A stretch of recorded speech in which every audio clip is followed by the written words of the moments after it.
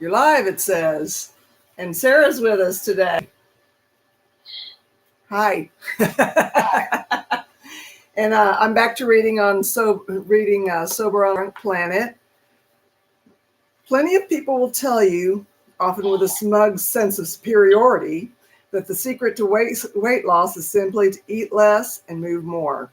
It's annoying, but the thing is, they're right. To be a little more scientific about it, you must be in a calorie deficit in order to lose weight. That means you need to be turning more calories than you're taking in, burning off more calories than you're taking in. Standard daily calorie recommendations are 2,500 kcals, whatever that is for men, and 2,000 kcals for kcals for women, NHS UK, whatever that is. Simply ensuring that you have that deficit is, in theory, enough to shed some weight. But the movement part is crucial too. Exercise helps you burn more calories, which helps toward weight loss goal. It's important to point out that losing weight isn't the only option. It's not everybody's goal and may not be yours, especially if you've managed to stay slender throughout your drinking days. I wasn't so fortunate, he says. Health isn't defined by weight loss. Some people are more focused on bulking up and building muscle.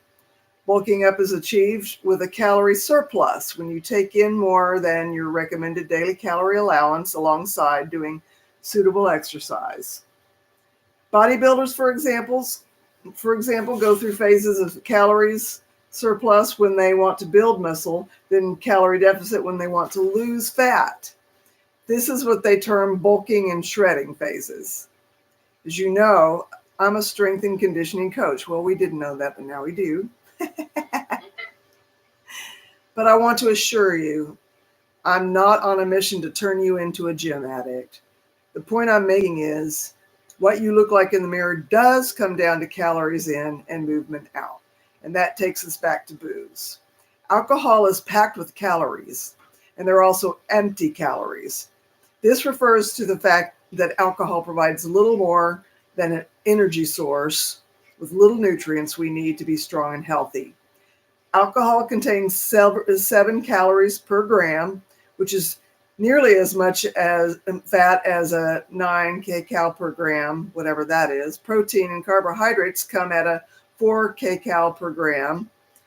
Calories are not equal. A portion of broccoli at 200 kcal is not the same as a 200 kcal bottle of beer. People who regularly skip eating meals for booze will be missing out on essential nutrients that our body needs to thrive. If the only way to get drunk was to sit at a bar eating endless spoonfuls of sugar, it seems probable that fewer people would do it. But calories-wise, millions of people are doing something similar. There can be up to 5 teaspoons of sugar in just 1 pint of cider, close to the maximum you're supposed to consume each day. So I guess cider means wine in UK. I don't know. Hard cider might be like, you have that beer, like it's sort of between a beer, it's a hard cider, it's higher alcohol content than a beer. Okay. It's like a malt beverage. Okay. If anybody's here, can you give me a 5x5, making sure that you guys can hear us okay? Oh, hello. I don't have my microphone plugged in. Let's see. Sorry, guys. All right. Can you hear me? Anybody can hear? I can hear. Sweet. It's no wonder that people who drink regularly struggle to lose weight and tend to see their weight gradually rise. The science backs this up with a study showing that young adults who drink regularly have a 41% higher chance of becoming overweight. They have a 35% chance of crossing the line into obese, and that's by Flazzino, Fleming, Scheer, and Sullivan and Bickford, 2017. It's easy not to notice it's happening, and the people closest to you often fail to see it too. You know how it works. When you see a friend for the first time in a year, it's instantly apparent whether you're looking better or worse, fatter or thinner, but when you see somebody every day, they don't notice a pound here or an inch there. That applies to seeing yourself too. And I'll skip going into the numbers. I've had this running hypothesis about, as far as empty calories, that obesity is a form of malnutrition. It's for sure. And it's, and it's the whole thing of, you're taking in calories, but they're not nutrient dense. They're dense with other things that the body doesn't know. It's like an excess of starch or whatever that the body doesn't know what to do with it. So it says, okay, well, I'll store it over here for later on until I figure out what to do with this. And where that is being stored is in the fat cells.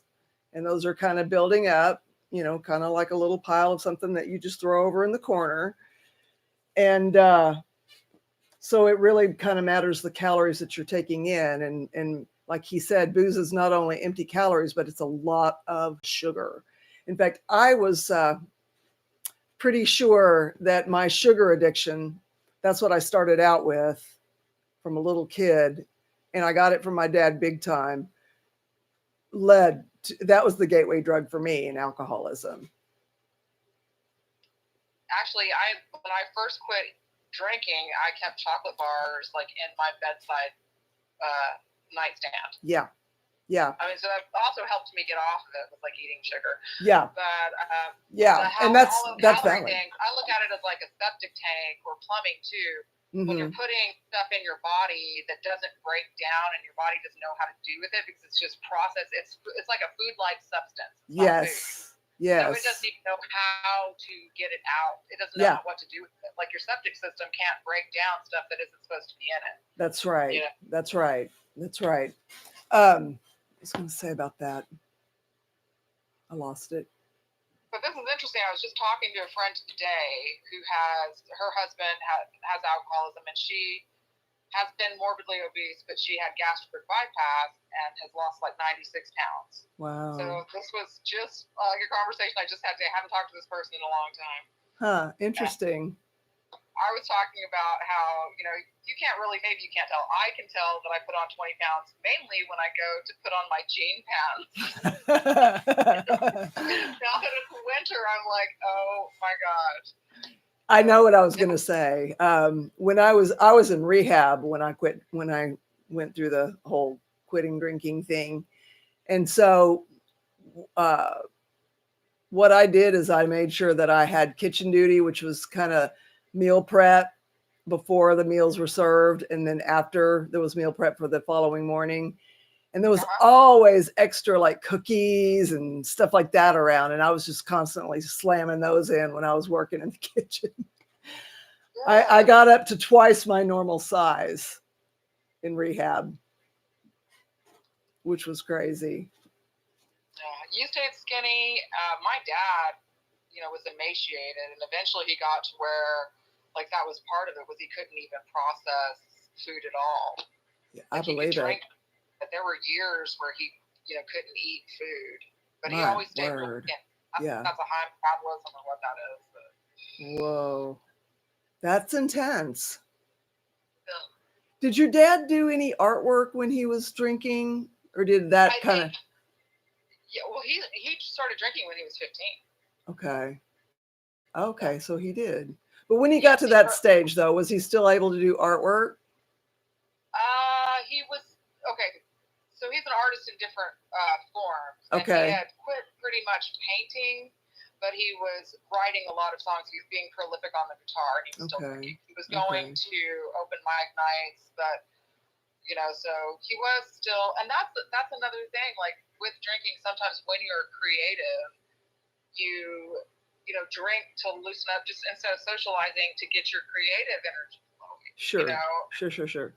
Or whatever you do in your life that you love, when you include it with alcohol, then you feel stripped of it, Yeah. And so you have to mourn the death of that habit or that friend that helped That's you. Right.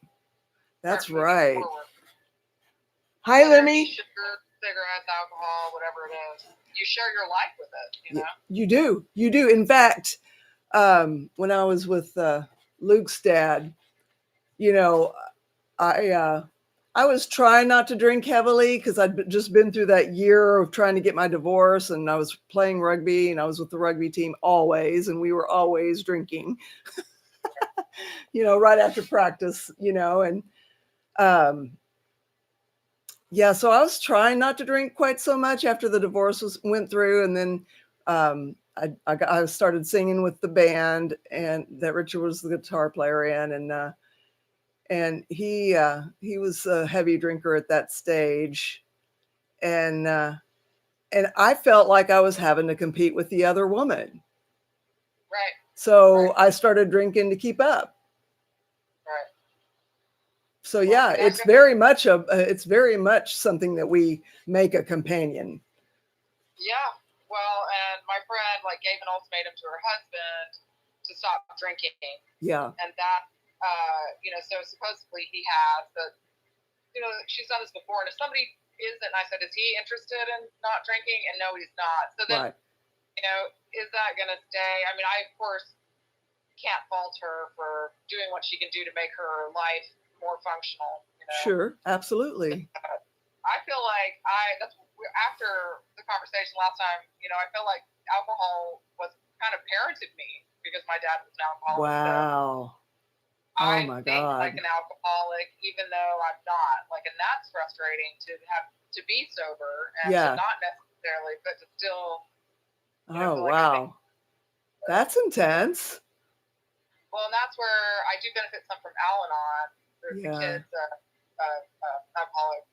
Yeah, because I mean that's not necessarily unique.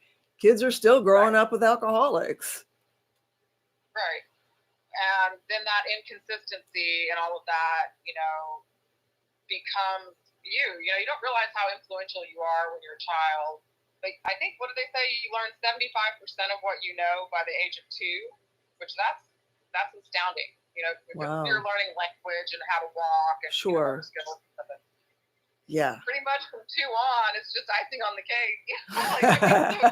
That before we have memories, we've formulated that much, trauma or behind our thinking.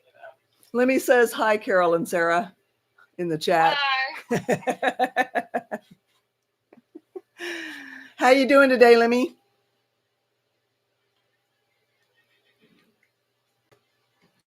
Anyway. Well, since we're talking about health and that, so when I quit drinking, I turned into this workout freak. Yes, I remember. I was very impressed. Well, and I'm trying to get back there. It's amazing when you stop doing a routine, how hard it is to get back to it. Mm-hmm. Right. And then when you love it, it's hard to not do it. But it's just getting routine. Yeah. And then, when you're stressed, super thin, you don't want to add anything else. Right. Even if it's taking away, it's like, I can't do anymore. But then you feel better when you do. Absolutely. When I lived in town, I would the trail was a mile away, so I had to drive to it because it really wasn't safe, the roadway to the trail, to walk there. I wish I could have walked there. And if we ever end up back in town, I'd like to be within walking distance, or at least have a decent walking pathway to the trails. Because Little and I were both so healthy when we were able to go on those trails and walk. And I was, and that's kind of one of the ways that I dealt with my winter blues. And it did help. Right. Mm-hmm. Just walking was amazing. It helped with my sciatica. It helped, help me get some vitamin D. I think it's one of the best things you can do. Yeah, it is. And then in the springtime, sometimes we take the bike on the trail, and I'd have a little bit in the little baby carrier thing. And that baby carrier is what ended up being that little carriage for Mom. Oh, I love that. I know. Yeah, it's a neat little deal. We're debating whether or not to sell it because somebody would really enjoy it. But then again, Mama really enjoyed it, and it's one of those things that, do I want to give that up? You might have a hurt animal you need to wheel That's true. That is true. Teach some chickens to go for a ride. You know, the goats, when I'm pulling a wagon or something behind me, they'll love to get in it, but they hop off as soon as you start moving. Yeah. But then they want to hop right back on. Right. It's funny. They're funny. Funny little creatures they are. And I have some really sweet goats. Did you ever get that one goat that I was that our friend? We did not connect. But it kind of worked out for the best, I guess, because our neighbor's dog killed our last goat. So. Oh, I'm sorry. Oh, that is sad. And I'm not sure I can take that again. Like the kids were headed out to feed her watermelon that morning, and it was like, oh my gosh. Oh no. And then she was such a friend to our dogs. I don't think that she recognized the dog wasn't her friend. Yes. You know? Yes. Well, that's why. Yeah, go ahead. Oh, I was just gonna say she had horns and could have defended herself or got up on the storm cellar. Yeah. Where the dog couldn't get it. Yeah. That's exactly why I have livestock guardian dogs. In one pasture, I've got 2 livestock guardians, and then in the boys' pasture, I've got Jet. All-star kicker. I wonder why our dogs didn't stop her from hurting him. I don't know. I wasn't there. Yeah. Yeah. And, you know, and you never know when people are going to drop a dog off in the country and then the dog gets hungry and, you know, and or so. Even if the dog thinks it's play, you know. That's right. That's right. That's right. Yeah. So that's what's weird. But then I was like, back to what I was saying about exercise. Do you think that that's just as unhealthy?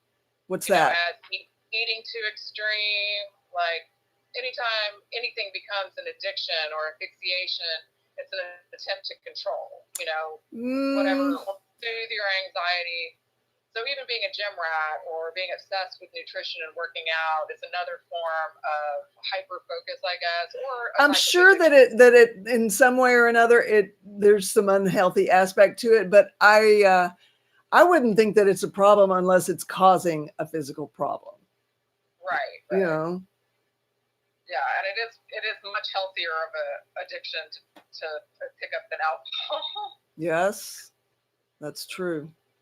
We're going to Shane or to my husband's 35th high school reunion this weekend. Wow. Wow. I know. I'm sure there'll be lots of drinking. Like, that's one thing where you don't go anywhere that there's not. That's true. He wanted to know if he graduated in 87. 88. Steve graduated in 87, and then they moved up here in 88. I haven't been to any of mine. Steve says he has not been to any of his. We went to the 20th 15 years ago. Hard to believe that. And I have to say, terribly, I didn't voice this, but I wasn't being encouraging to go. I don't really go to mine either. Really? But I graduated from Grey Grove and went to school until I was a junior in Socorro, so I only know people from New Mexico. Okay. Lemmy says he's doing all right, but tired of driving. I bet you are, if that's what you're doing for work all day. Well, hopefully you'll get a break here pretty soon. Say hey, Lemmy. Steve Sherman. Hey, Lemmy.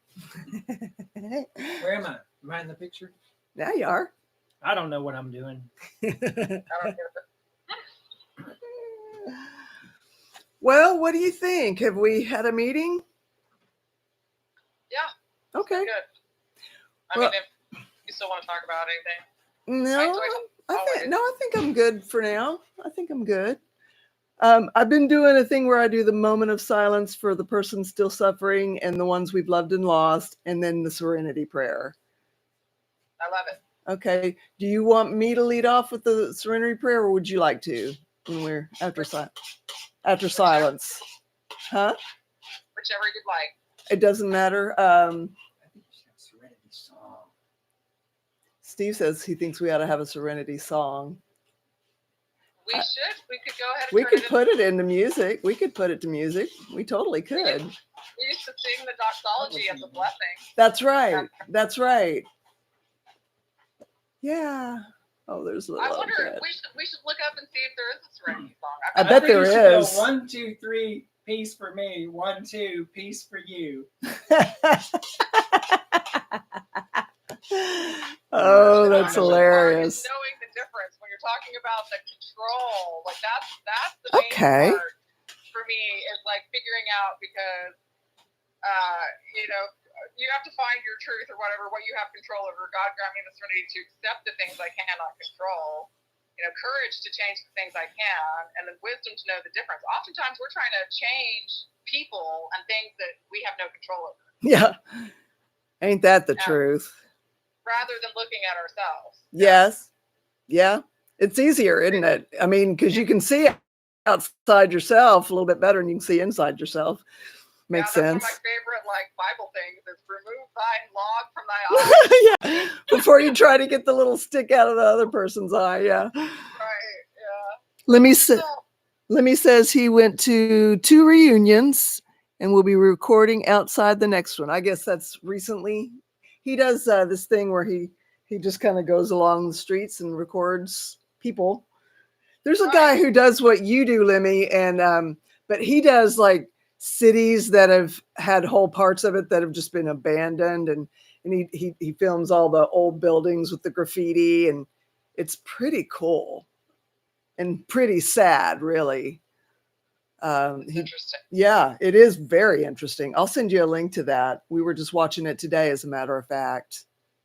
Probably strong areas for addiction that also destroyed those areas. Absolutely. Absolutely.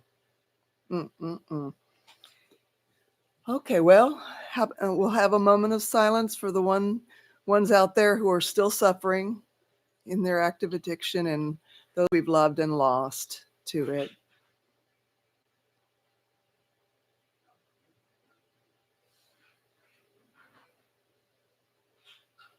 God, grant me the serenity to accept the things I cannot change, the courage to change the things I can, and wisdom to know the difference.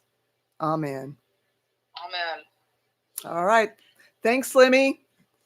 Thanks, Lemmy. Thanks, Carol. Thanks, Sarah. See you soon. Ending stream. Peace, by the way. Peace.